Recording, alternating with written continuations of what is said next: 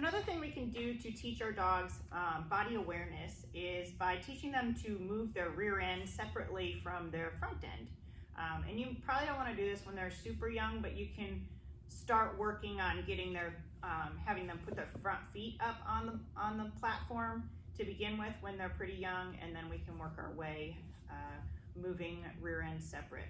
So there are multiple steps to this, so I'm going to take it one step at a time so I don't get ahead of myself. I like to just throw it all out at once, but that doesn't help you at all. So to work with this, I use this. It's like a feeding container. You can get it at like a Tractor Supply store or a farm store. It's like a bowl to, I assume, feed livestock, and it's rubbery, but it's really strong, so it won't flatten out for the larger dogs. But you can also use just a regular food bowl. If you have, you can just flip it over. If you have something that I like to use a round one as opposed to square ones, because I use my square one as my paw pad, which is different than what I'm asking her to do here. So I'm going to basically start, my first step to this would be just building value for putting front feet up. So I'm going to put it down, and if she puts her front feet on here, I'm going to mark and reward. She knows how to put her front feet on here already, but if you have a young puppy, you can lure them on, or you can shape the behavior and just wait for them to sniff it and get closer to it and slowly put their front feet on. And if you need to learn more about shaping, you can check out a video on that. In any case, so I'm going to put this down and I'm going to lure her up on there, and she's just going to go right on there because she knows this.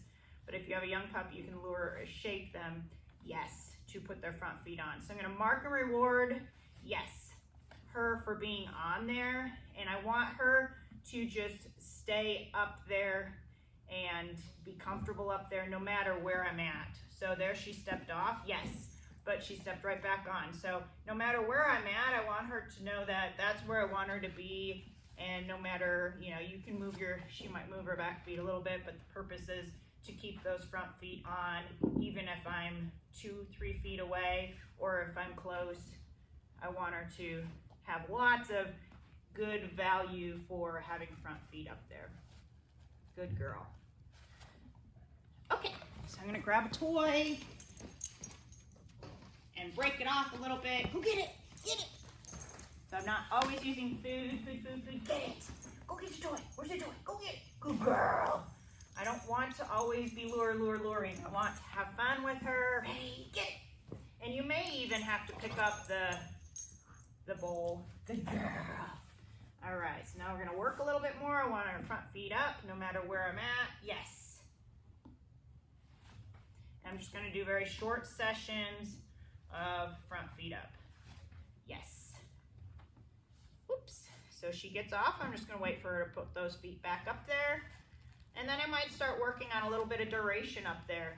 You know, you stay up there no matter what. Doesn't matter if I drop a treat on the ground or if I drop a toy on the ground. You keep your feet up there. So if she were to go for that treat, I just cover it up and whoops. And there, I accidentally dropped it, but it's on the floor, so I'm not gonna allow her to have that.